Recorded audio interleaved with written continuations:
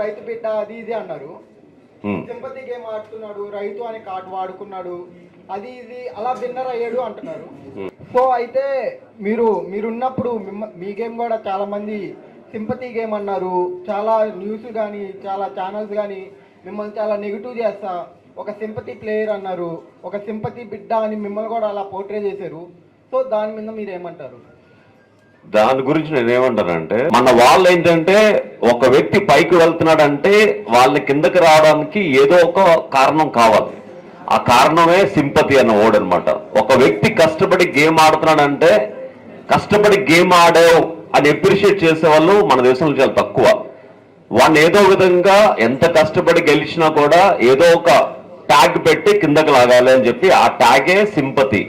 ఆ సింపతి అన్నవాడికి ప్రతి ఒక్కడు జస్ట్ ఎంత కష్టపడి ఆడినా సింపతి అని తగిలించేస్తారు అంతే. కష్టపడి గెలిచినా సింపతితో గెలిచారు, లేకపోతే కష్టపడి కప్పు గెలిచినా సింపతితో కప్పు గెలిచారు. ఆ సింపతి అనేది కామన్ అనమాట. అది అంటే అమర్దీప్ గేమ్ ఆడాడు, తనకున్న పాపులారిటీతో రన్నరప్ వచ్చాడు, కానీ తను ఇంకా బాగా ఆడచ్చు. అంటే ఒక గెలుపు గుర్రం ఎప్పుడు ఒక గెలిచే గుర్రం మీద దాటుకుని వెళ్ళడానికి ప్రయత్నిస్తుంది. అలాగే తను పల్లవి ప్రశాంత్ని దాటి ముందుకు వెళ్ళడానికి ప్రయత్నించాడు, కానీ సరైన పద్ధతిలో ఆ దాటడం అనేది సరైన పద్ధతిలో చూపించలేదు. సరిగ్గా ఎలివేట్ చేసుకోలేకపోయాడని నా ఉద్దేశం.